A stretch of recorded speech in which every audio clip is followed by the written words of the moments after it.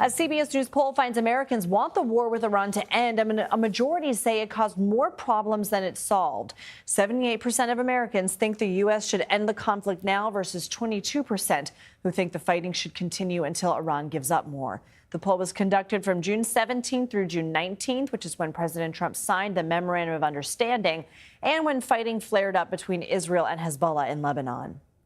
Joining me now is CBS News Executive Director of Elections and Surveys, Anthony Salvanto. So, Anthony, what do Americans think of the war, the MOU? What do they think was accomplished? Well, it's not necessarily in the public mind a satisfactory ending. Here's what I mean. If you go through the list of potential goals for the U.S., 69% say they don't feel like the U.S. has permanently ended Iran's nuclear program. Of course, that's been a big stated goal. In fact, if I show you a list of things that, even if the administration hasn't expressed these, the public has told us in polling that they think could be U.S. aims: stopping Iran from threatening other countries, making sure Iran's people are safe and free. All of those big majorities say not done. So that's what I mean by not necessarily a satisfactory end if it happens now. At the same time, though, you do see more people thinking that gas prices will go down in a few weeks. Within a few weeks. So look, remember, back home, the economic impact of this has been people saying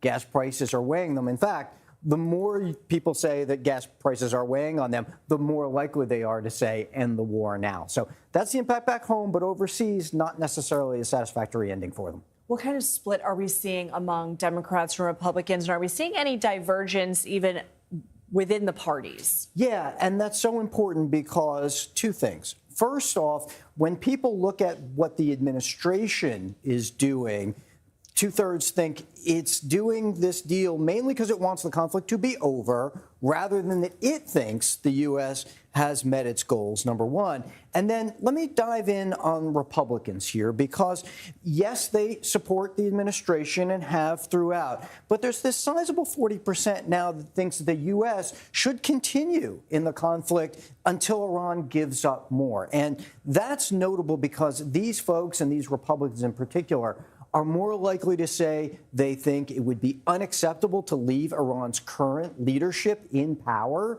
at the end of the war. So items like that, they think Iran is more likely to be threatening its neighbors in the future. That's what I mean by unfinished business. And some of that, yes, is coming from the Republican base. Okay. Anthony Salvanto, thank you. Yep.